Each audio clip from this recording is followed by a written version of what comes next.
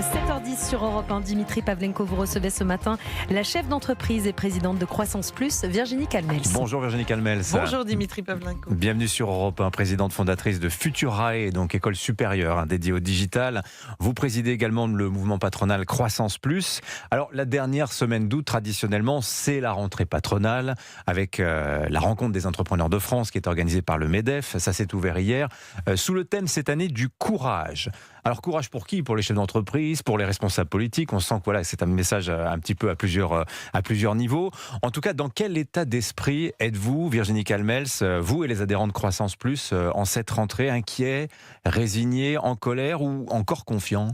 Alors vous savez, on est en plein paradoxe parce que quand on est entrepreneur, par essence, on est optimiste. Sinon, on ne fait pas ce métier-là.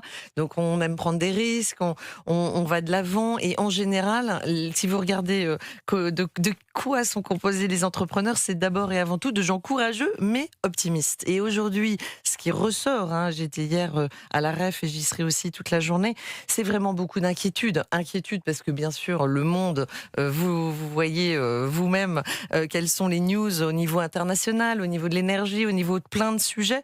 Mais évidemment, l'état des finances publiques est un sujet qui revient sans cesse et qui inquiète grandement les chefs d'entreprise.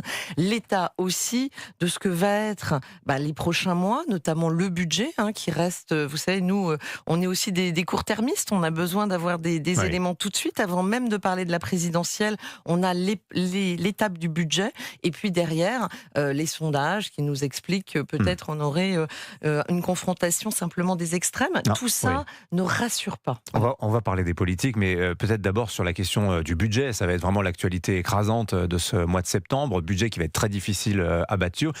Qu'est-ce qui vous inquiète en réalité ? C'est la dette ou c'est la pression fiscale qui risque de s'accroître pour les entreprises ? Les deux, mon général. C'est-à-dire que, d'ailleurs, je dirais dans l'état d'esprit des entrepreneurs, ce que l'on ressent, c'est d'abord un esprit combatif. C'est-à-dire que on a été trop la variable d'ajustement des précédents budgets. Tous les ajustements se sont faits sur les entreprises, les surtaxes, etc. Les promesses de baisse d'impôts non tenues, les impôts exceptionnels qui se pérennisent. Voilà, la CVAE qui n'a pas diminué comme c'était prévu, etc.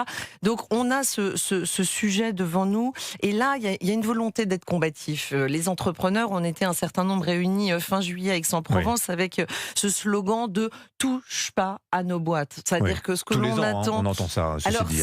C'est vrai, vous avez raison. Simplement là, on sent qu'il y a vraiment une cristallisation de l'inquiétude parce qu'il y a eu trop de mesures. Et souvent, on oublie que la nouvelle taxe, le nouvel impôt s'ajoute à tout le reste. Et qu'en fait, il y a un effet de ras-le-bol, il y a un effet de goutte d'eau qui fait déborder le vase.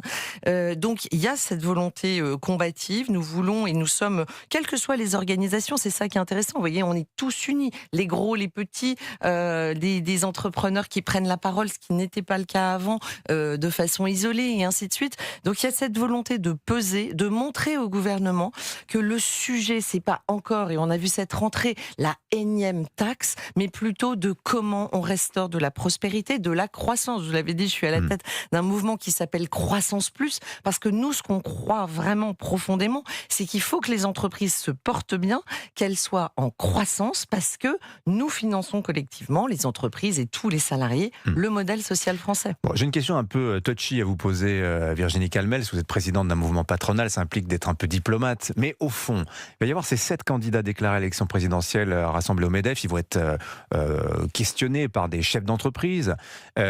Comment vous les trouvez aujourd'hui, ces politiques ? Vous parlez souvent de démonétisation de la parole publique. Alors, cette démonétisation... Quand vous entendez les promesses qui se font, les propositions qui sont faites de surtaxation, etc., par exemple. La démonétisation, elle est surtout venue, je pense, et tous les observateurs l'ont observé, de cette résignation sur la réforme des retraites, par exemple. Voilà. Et c'est Madame Borne qui avait porté la réforme, qui elle-même a détricoté et a lancé l'idée qu'on pouvait revenir en arrière. Oui, mais donc, pour faire passer le budget l'an dernier. C'est tout le problème. C'est-à-dire qu'à un moment donné, il n'y a pas de cap, on fait des allers-retours, il y a beaucoup de stop and go, et puis on a l'impression d'une classe politique qui ne mesure peut-être pas qu'il faut arrêter de se dire on prend l'argent là où il est, parce que les entreprises, d'abord, vous avez vu, le nombre de faillites augmente, les entreprises vont pas 70 bien. 000, ouais. Le climat économique a besoin de confiance. Aujourd'hui, c'est pas le cas. Donc, beaucoup d'investissements. Il y a des sondages qui sont sortis. Vous avez vu que les chefs d'entreprise déclarent qu'ils vont retarder leurs investissements, ou vous en avez très peu, 7% des entreprises qui disent qu'ils vont embaucher un cadre dans le 3e trimestre 2026. Donc, on voit bien que tout ce climat-là doit être pris en compte par les politiques. Et nous, ce qu'on attend, c'est qu'on remette au cœur du débat la prospérité. Pas comment taxer plus, mais au contraire, comment produire davantage, comment réindustrialiser, comment refaire de la France un pays prospère, et notamment par ses acteurs économiques. Donc bien sûr, moins de charges au lieu de plus de charges. Puis nous, ce qu'on veut, c'est que le travail paye. On veut que les salariés, vous voyez, la préoccupation numéro 1 des Français, c'est le pouvoir d'achat. Mais la première façon d'augmenter le pouvoir d'achat, c'est de réduire les charges qui pèsent sur les entreprises pour augmenter le net salarial. Donc c'est ça qu'on attend des politiques. Donc vous avez entendu à gauche, je suppose, Raphaël Glucksmann, LFI, la CFDT, tous veulent des hausses de taxes sur les droits de succession, en particulier les hauts patrimoines. Alors LFI prend tout à partir au-delà de 12 millions d'euros, mais la CFDT, par exemple, elle propose 1% de taxes dès le premier euro, alors qu'on sait qu'il y a beaucoup de Français qui sont exonérés de droits de succession parce qu'ils n'ont pas le patrimoine nécessaire. Qu'est-ce que vous pensez de cette tendance générale à gauche autour des taxes, encore des taxes? Est-ce que c'est ça vraiment? Est-ce qu'on ne prend pas le problème à l'envers? Vous voyez, moi je crois qu'on a, on le sait, on a beaucoup d'épargne. Il va y avoir un transfert massif d'argent vers les générations qui suivent. La fameuse grande succession. Exactement, on parle de 9 000 milliards qui vont arriver. Et au contraire, au lieu de parler de taxes, on ferait mieux de parler de comment injecter cet argent dans l'économie.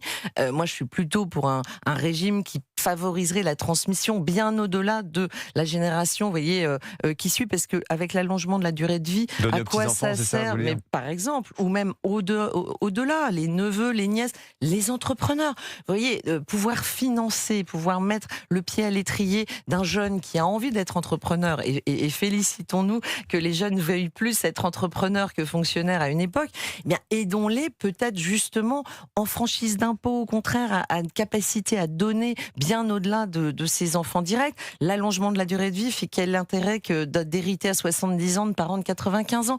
Donc faisons sauter des générations, favorisons, et puis surtout, pour moi, c'est un état d'esprit. Vous vous rendez compte que là, on a des personnes qui sont en train d'expliquer qu'au fond, on va annihiler le mérite. On va aller contre, finalement, ce qui est normalement un enjeu majeur de la transmission. Je veux dire, c'est quoi le sens de la vie? C'est la transmission. C'est une belle valeur, la transmission. Donc commencer, comme l'a fait Monsieur Glucksmann ou d'autres, par il faut taxer, et puis c'est faire croire, et ça c'est insupportable, qu'en prenant dans la poche de certains, ça va améliorer le quotidien des autres. Les Français ne sont pas dupes, ça n'a rien à voir.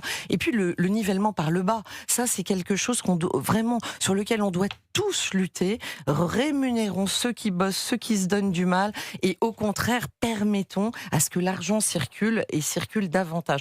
Donc c'est sûr que commencer la campagne présidentielle par des nouvelles taxes, et ce fantasme de dire parce qu'on va aller prélever quelques riches, la France se portera mieux, c'est assez honteux. Et j'avoue que, vous voyez, là, je crois qu'on a un coup de gueule à pousser pour dire, allez, maintenant, remettons les choses dans l'ordre, soyons plus prospères, et comment, ensemble, on fait un nouveau modèle économique pour la France qui part de ceux qui travaillent et de mieux rémunérer le travail. Merci Virginie Calmels, parole de chef d'entreprise ce matin sur l'antenne d'Europe 1. Merci, bonne journée à vous. Merci à vous aussi. Bon